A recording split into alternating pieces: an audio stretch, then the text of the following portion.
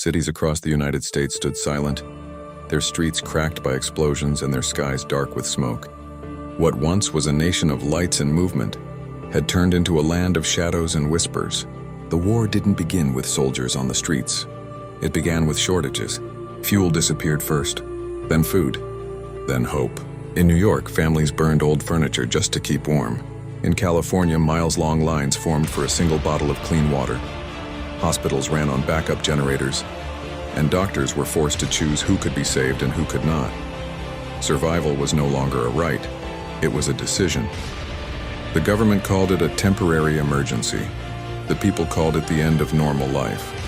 Air raid sirens became part of daily routine.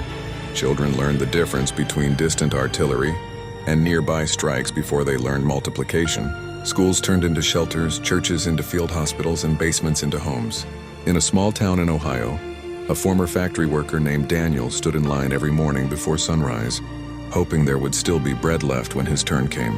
He hadn't heard from his brother, a soldier deployed near the eastern border, in over 3 months. Every night, Daniel slept with his phone in his hand, waiting for a message that never came. Electricity returned for only 2 hours a day. During those 2 hours, people charged phones, shared news, and cried in silence while watching old photos of better times. When the lights went out again, the darkness felt heavier than before.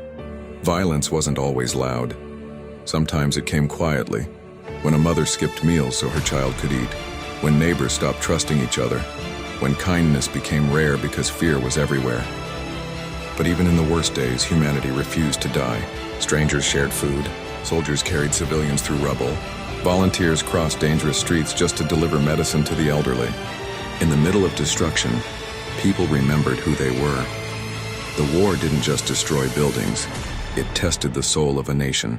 And while history would later record battles, weapons, and strategies, the real story of that time would be written by ordinary people who survived not because they were strong, but because they refused to give up.